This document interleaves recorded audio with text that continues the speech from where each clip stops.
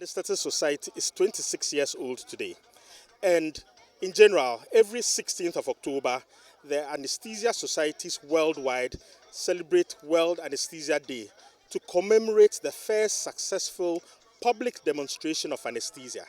So every October, around the 16th of October, we do a couple of activities to commemorate the day and also to let the general public know what we're about. We're a group of doctors who deal in perioperative medicine. We see the patients immediately before surgery. We are with them in theater. We see them after surgery.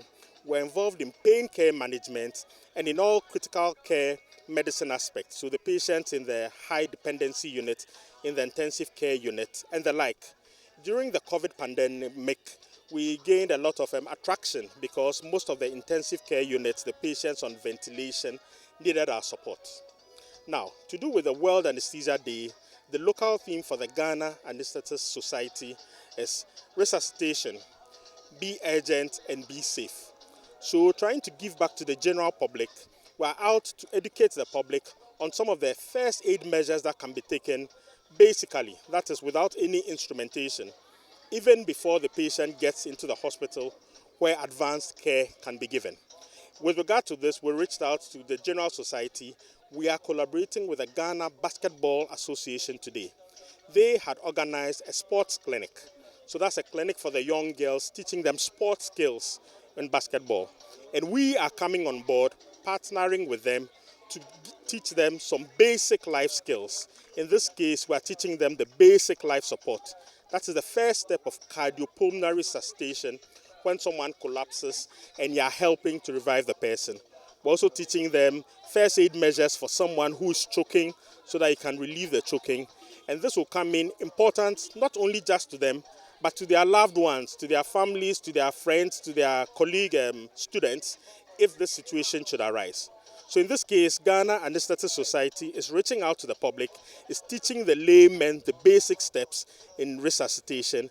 We are giving them, it's more like generating the seed, helping them to gather the interest, to even do further reading or to come for further. We need female empowerment, and we want to encourage young girls to play basketball. We are organizing a basketball clinic for them, and we all know the importance of exercise because in the general population, we know exercise helps reduce cardiovascular risk factors like hypertension and the rest.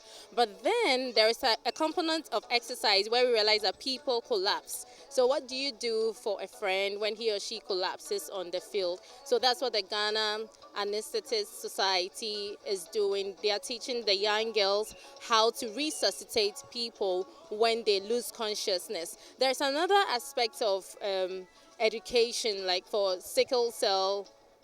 Okay.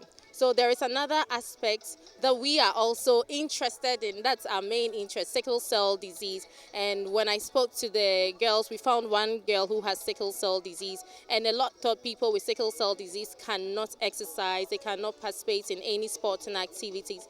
That's not true. You can exercise because exercise is important. But then high intensity exercise can lead to complications of sickle cell disease and can cause pain and others. So we need people to know their sickle cell genotype, and if they know their sickle cell genotype, they should also get the needed education on how to take care of themselves to avoid the complications. But there are people like Hank Aaron, who was one of the world's best baseball players. He had sickle cell disease and he was able to live for 86 years. So having sickle cell disease does not stop you from playing a sport, but then you should know your body, whether your body can take the stress, and your coach should also be trained on how to let you take breaks, taking water, resting when you are tired and all.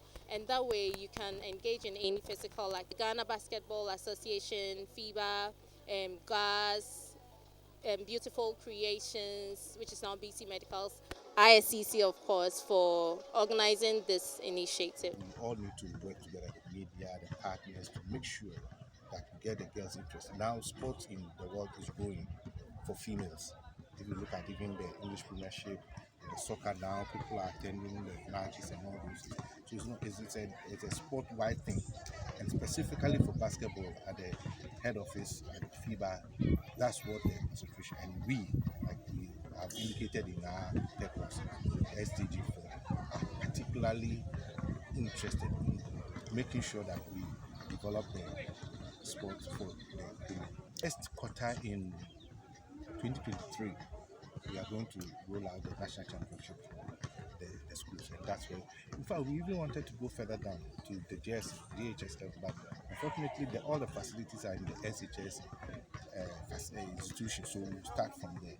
Then from the SHS level, we are also looking at the university level, and we want to come up with a project for all the universities, private universities, technical universities, and the other universities, normal universities. We know we have technical universities and universities. So we want to get to that tertiary level where we go. So we are not just coming from the GS level, tertiary.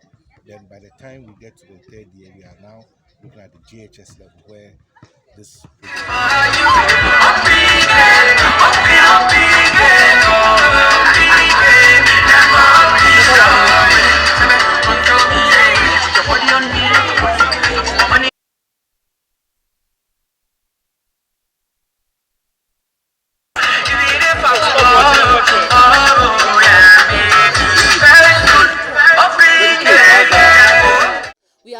meet the SDG goals, goal 3, goal 5, and all that, goal 10, goal 8. We want to meet them. I mean, we want to empower women.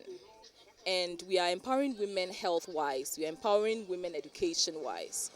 In collaboration or partnership with the Ghana Basketball Federation, we are helping to train these young ladies in basic skills, the basic life support, resuscitation. Our theme for the year as Ghana Anesthesia Society is safe, urgent resuscitation. And then the World Federation is medication safety. They are interlinked. It's all about safety. Most collapses will happen at home or at work or in fields like this.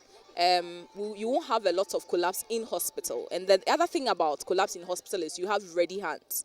So we want to empower as many people as possible to have these basic resuscitation skills. In fact, we started our trainings of laymen. When we say laymen, they are non-medics, not doctors, not nurses, not health workers, in basic resuscitation skills. So we started this in September.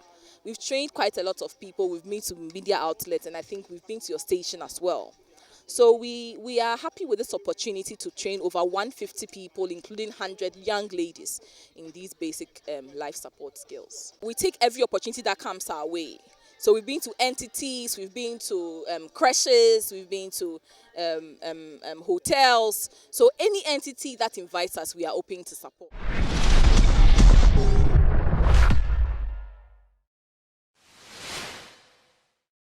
Thank you for watching Nation One TV. Kindly subscribe for more news updates.